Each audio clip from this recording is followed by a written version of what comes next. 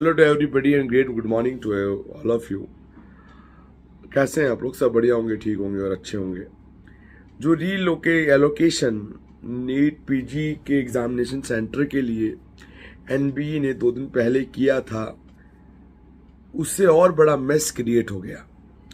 Mess क्या create हो गया? ओनली लिमिटेड स्टेट्स के ही सेंटर चेंज हुए। जैसे केरला के काफ़ी सेंटर्स चेंज हुए, आंध्र प्रदेश के कुछ सेंटर्स चेंज किए, राजस्थान के कुछ एस्पिरेंट्स के सेंटर जिनके पंजाब या भटिंडा आ गए थे उनको रिलोकेट करके जयपुर किया। लेकिन साथ में जो कैंडिडेट खुद पंजाब के थे उनका भी सेंटर रिलोकेट करके राजस्थान कर दिया। कुछ कैंडिडेट अंबाला के थे, उनका पटना कर दिया। कुछ दिल्ली के कैंडिडेट्स थे, उनका कैंडिडेट शिफ्ट करके रांची कर दिया। ऐसे ऐसे बहुत तरह की चीजें दिक्कतें हुई। ये दिक्कतें इसीलिए हुई क्योंकि उन्होंने कोई भी टेक्निकल रूल नहीं अपनाया, उन्होंने बस शफल कर दिया प्लेस टू प्लेस एआई की मदद से, जिससे क्या हुआ कि सारे बच्चे रिशफल हो गए इधर उधर। जो आसपास वाले थे वो दूर हो गए, दूर वाले अपनी जगह आ गए। पहले कोई 300 किलोमीटर पे था, उसी स्टेट में वो 800 पे चला गया, रैंडमली अलॉट हो गया। इसके अलावा एनबी की अब सीक्रेट फाइल जो होती है, कॉन्फिडेंशियल फाइल, वो भी लीक होने लगी। कल 2 दिन पहले तमिलनाडु का एक डॉक्यूमेंट लीक हुआ, कल गुजरात का डॉक्यूमेंट लीक हो गया जिसमें सेंटर एलोकेशन का जिक्र था कि कौन कौन से सेंटर हैं, कितने कितने बच्चे पहली शिफ्ट में और दूसरी शिफ्ट में एग्जाम लिख रहे हैं। शिफ्टिंग के टाइमिंग्स लीक हो गए। इस तरह की इंफॉर्मेशन एनबी की लीक हो रही है, जो बताता है कि कहीं ना कहीं इनकॉम्पिटेंसी एनबी में दिख रही है रेगुलर बेसिस पे। उसके लिए एस्पिरेंट्स ने अपनी कंप्लेंट दर्ज कराई है, ग्रीवेंसेस पोर्टल पे अपनी डिटेल्स डाली है कि इसको कंसीडर किया जाए। तो कल से लेके अब तक की जो खबर है, लेटेस्ट खबर है कि एनबी दोबारा से रीथिंक कर रहा है सेंटर रीलोकेट को लेके, जिन एस्पिरेंट्स का फिर दोबारा से दूर आया है। लेकिन सोचने से कुछ नहीं होता और करने से भी वो होगा अगर आप ठीक से करेंगे तो। रैंडमली कुछ भी मत करिए। मुझे आपने रैंडमली किया, जिनको फायदा मिला उनको फायदा मिला, नहीं बाकियों को नुकसान हो गया। ये सब चीजें हैं जो चल रही हैं। पोस्टपोनमेंट का कोई जिक्र दूर दूर तक नहीं है, पोस्टपोनमेंट 0 है। जैसा कि मैंने आपको बताया था, कल डिस्कस भी हुआ मिनिस्ट्री में, तो पोस्टपोनमेंट को लेके कोई चर्चा उनकी हुई नहीं।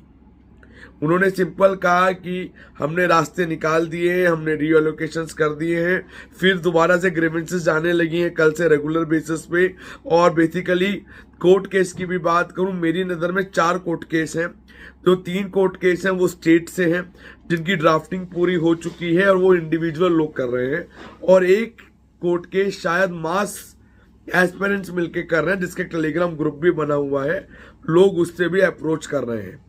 लेकिन जो 3 सिंगल है वो स्टेट हाई कोर्ट्स के केसेस हैं। वो अपने अपने कोर्ट्स में केस डाल रहे हैं कि मेरा इशू है, मैं प्रेग्नेंट हूँ, मैं नहीं जा सकती। ऐसे उनके अपने रीजंस हैं जिनको लेके उन्होंने केस फाइल्स किए हैं।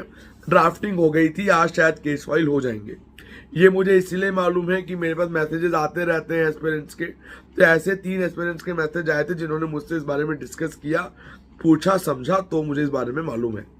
और मैंने टेलीग्राम ग्रुप पे देखा था कि एक मास ऑडियंस है जिसमें लगभग 2300-400 बच्चे हैं जो कि एक साथ मास कलेक्ट होके वो भी कोर्ट जाना चाह रहे हैं, कोर्ट जा रहे हैं शायद। इस तरह की एक्टिविटीज डे ऑन चल रही हैं। लेकिन आप पढ़ाई पे कंसंट्रेट कीजिए, एग्जाम पे ध्यान दीजिए। एग्जाम 11 तारीख को ही होगा मेरे अकॉर्डिंग, और 2 शिफ्टों में होगा। इसमें किसी भी तरह का कोई भी चेंजेस होना अभी मुश्किल है। सेंटर जरूर रिलोकेट चेंज हो सकते हैं, इधर उधर आ सकता है, नहीं बाकी कुछ नहीं। और सेंटर के रिलोकेशन से काफियों को फाइनेंशियल बर्डन भी पड़ा, काफियों को काफी लॉसेस भी हुए, क्योंकि गवर्नमेंट एयर फेयर में भी 3500-4000 रुपये डिडक्ट करती है डायरेक्टली बेसिस पे। इस तरह के इश्यूज भी एस्पिरेंट्स को झेलने पड़े। लेकिन इसका जो मेन फायदा हुआ वो केरला के एस्पिरेंट्स को हुआ। उनके लगभग सारे सेंटर उनके स्टेट्स में आ गए। ऐसा ही कुछ फायदा आंध्रा के एस्पिरेंट्स को भी हुआ, ऐसा कुछ फायदा राजस्थान के भी एस्पिरेंट्स को हुआ। लेकिन महाराष्ट्र एकदम अनटच रहा, नॉर्थ ईस्ट एकदम अनटच रहा। इवन बंगाल में भी कुछ सेंटर जो पास थे वो दूर हो गए। ऐसी बातें बंगाल से भी निकल के आई। और बात करें दिल्ली एनसीआर भी लगभग अनटच रहा, यूपी भी अनटच रहा, लेकिन जहां पे रियल फ्लड्स की इश्यूज हैं जैसे नॉर्थ ईस्ट है, महाराष्ट्र में भी फ्लड के इश्यूज हैं, इवन बहुत सारी ट्रेन केरला कर्नाटका के बीच के बहुत सारी जो कनेक्टिंग ट्रेन्स हैं वो कैंसिल हुई हैं ड्यू टू फ्लड और अदर रीजंस। तो ये बातें जरूर एनबीए को कंसीडर करनी चाहिए। और डॉक्टर एग्जाम लिख रहे हैं, कोई लेमैन एग्जाम नहीं लिख रहा, जो ऑलरेडी डॉक्टर बन चुके हैं वो एग्जाम देने जा रहे हैं। तो एटलीस्ट उस बात का डेकोरम इन्हें मेंटेन करके रखना चाहिए। मैं तो आप लोगों से यही कहूंगा कि आप जो हेल्थ मिनिस्टर साहब हैं उनके टच में रहें, उन्हें अप्रोच करते रहें, अपने ग्रीवेंसेस रिकॉर्ड कराते रहें वाया ट्विटर या वाया मेल, उन्हें बताते रहें कि आपके ग्रीवेंसेस क्या हैं, क्या आपके इश्यूज हैं। हर कैंडिडेट के अपने इंडिविजुअल ग्रीवेंसेस होंगे, उसको फाइल करके आप जरूर करें। और जिनके साथ समस्या है, सिंगल चाइल्ड है, कहाँ छोड़ के जाएंगे, हस्बैंड वाइफ दोनों का सेंटर बहुत दूर दूर आया है, बहुत जायज है, कोई सॉल्यूशन है नहीं। जो लोग इसमें क्रॉस कमेंटिंग कर रहे हैं, मैं उनसे कहूंगा उस जगह अपने आप को रख के देखिए, क्या यू विल रियलाइज कि क्या चीजें हैं और क्या चीजें नहीं है। सब कुछ चीजें हाथ में नहीं होती, वक्त बहुत कुछ करवाता भी है और दिखवा भी देता है। इसके अलावा कोई डाउट है या क्वेरी है तो गिवन नंबर पे व्हाट्सएप या कॉल कर सकते हैं आप 9675200801 9690796426 और careerexpert.in हमारी वेबसाइट है। पेड गाइडेंस लेनी हो, इसके बारे में जानना हो तो हम रेगुलर बेसिस पे कनेक्ट करके हमसे बात आप कर सकते हैं। तो bye bye, take care and have a great day. Bye bye.